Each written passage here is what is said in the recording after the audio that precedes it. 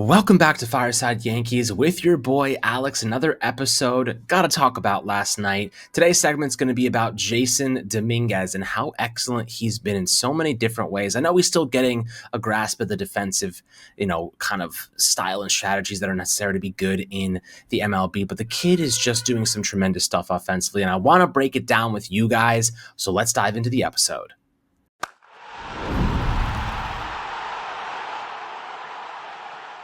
All right, guys. So Jasson Dominguez, 22-year-old switch hitter. I know a lot of people really were looking forward to this season and trying to figure out whether or not he was going to be a piece to the puzzle here and really how good he was going to be. Was he going to help mitigate some of the loss of Juan Soto? And I think the resounding answer so far is absolutely yes. I want to kind of talk about his analytics. I want to talk about his poise. I want to talk about the role that he's starting to carve out here. And yes, let's acknowledge one thing. He's not a great defensive outfielder. In fact, he's a bad one right now. But I think that there's a lot of skills and qualities that Dominguez has that does make it encouraging to say he could be a solid piece. And all we need him to be is average, to be fair. Like, all we need Jasson to be is average. And that's enough for me defensively. Of course, anything better than that is just excellent, right? It's fantastic. But at this point, we're just hoping for average. And the things that do lead me to believe that he could get there is that he's pretty fast. I mean, he has 81st percentile sprint speed, and his arm strength ranks in the 87th percentile as well, 90.3 miles per hour on some of these throws from left field. So arm strength is good, and his athleticism is solid too.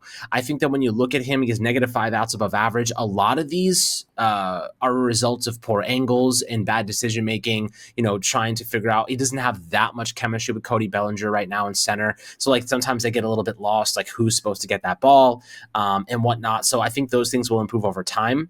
But he has two of the most important traits, right? He's got a good arm and he's got good athleticism. So like, why would he not be a good outfielder? Well, a lot of it's just mental. I think it's just reps, experience. He came up as a center fielder in the minors. He took this transition to left field. It takes years sometimes for players to come around as quality defensive pieces. So I do think I'm not even looking at his defense right now and saying like, okay, this is like going to ruin his stock. I think it's just part of the process and him improving. But most of all, his offensive game has been exciting. Yesterday, and you guys saw it against the Rangers, walk-off solo home run in the 9th inning, 398-foot blast, absolutely cranked a hanging curveball over the middle of the plate to right field. I mean, the short right porch didn't even need it. He absolutely belted that thing into the second level. Really just a big moment for him. That poise, that confidence, I think it goes such a long way for a young player, 22 years old, to step up in a big moment with the game tied, game on the line, and to deliver like that. Those are the moments that you kind of look back on and say, okay, this kid has some of that star potential. I think we're seeing it right now, to be honest with you. Now, the underlying metrics are getting better. They started off pretty low. He was extremely volatile in the beginning, but this has been the Dominguez kind of experience for years. It takes him weeks, if not months, to get going. In every minor league system, minor league level, he kind of was a little bit iffy in the beginning, and then injuries took hold. He got set back, but right now you're seeing Dominguez kind of walk into a position where, okay, like it took a couple of months, and now he's heating up to a degree that like he's a sustainable offensive player in the majors. And I think that's something that we can all acknowledge at this point in time. He has the 93rd percentile hard hit rate, 54.3% hard hit rate, which is among the best in the league, right? For a young kid to have that much raw power, it's among the best in baseball. He's above average in average exit velocity. He's above average in barrel percentage. He's above average in bat speed. He's above average in walk rate. The areas where he needs to improve is just simply plate discipline, pitch recognition, swing decisions.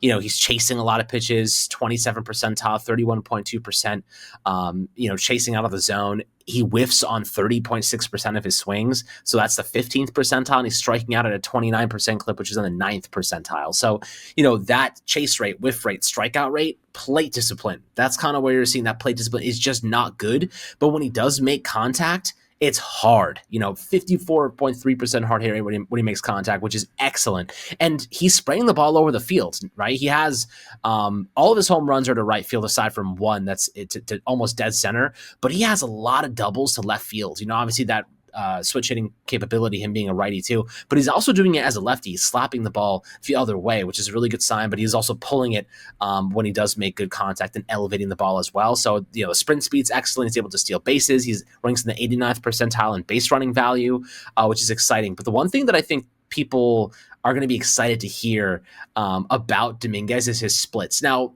because he's a switch hitter, you're always going to have a stronger side.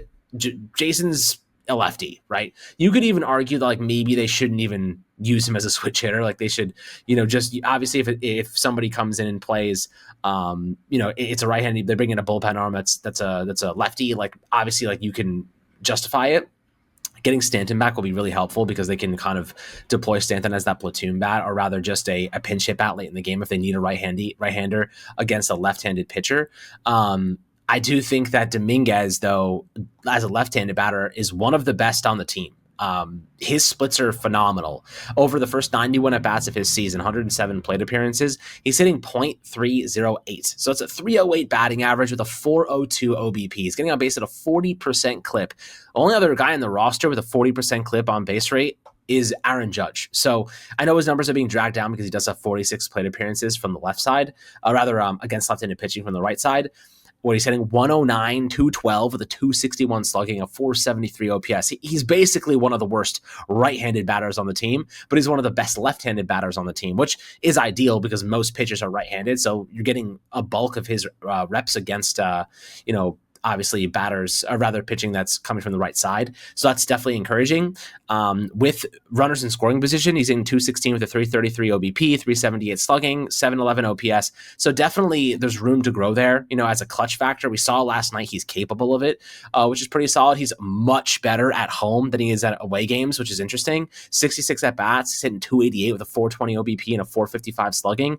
On away games, 197 batting average with a 256 OBP and a 423 slugging rate. So, really interesting. He's much better during the day, and he's much better at home. So that's maybe it's just a comfort factor. Maybe Yankee Stadium is built for him. I mean, we know the Yankees love to develop players in a way that leverages their strengths, and usually they like to acquire players and build players up to maximize Yankee Stadium, since that's where they play half their games. But Dominguez, he's flashing that star talent. I mean, a couple of weeks ago, there were so many people talking about how Dominguez was not going to be good. He was bad. He was never going to get there. He was, not living up to the expectations.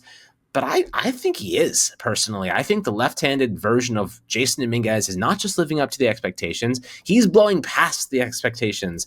And that's pretty much, what rounds out his game at the moment. And I think that if you look at him as a whole, yes, there's issues. Yes, there's problems, but most players have them.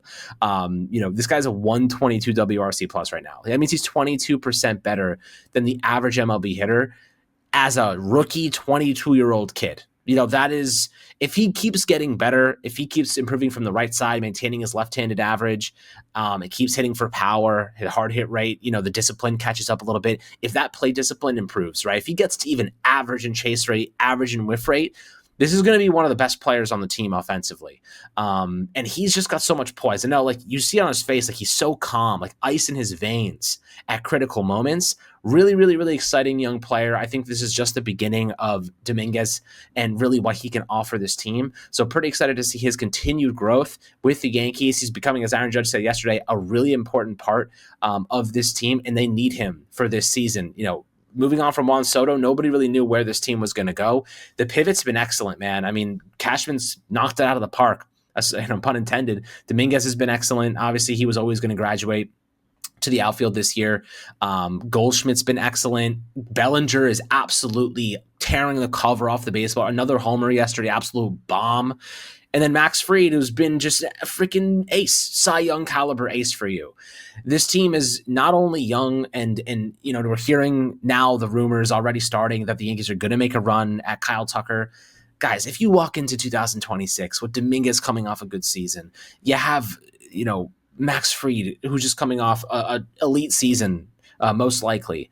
You get Garrett Cole back. You extend Luke Weaver. You could retool here and grab Kyle Tucker and have an offense that people are just terrified. Not to mention a youngster like George Lombard waiting in the wings for an opportunity to start maybe next season. Who knows? Or maybe the Yankees make an acquisition. I know a lot of people are looking at Yohan Moncada, left-handed guy who can help the infield and obviously offer some left-handed power. I know he had a big home run the other day. So, there's a lot of talent that the Yankees could go to acquire. I think the deadline will be really interesting for this team this year because they have a couple of needs, right? We know what their needs are.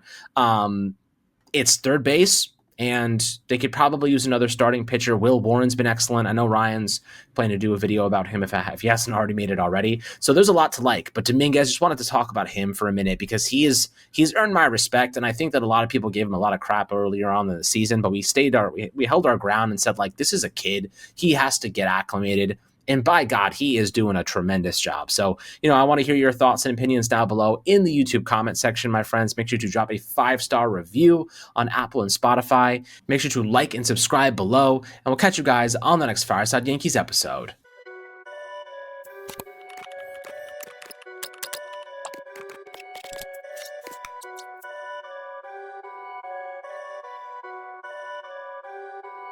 Perfect.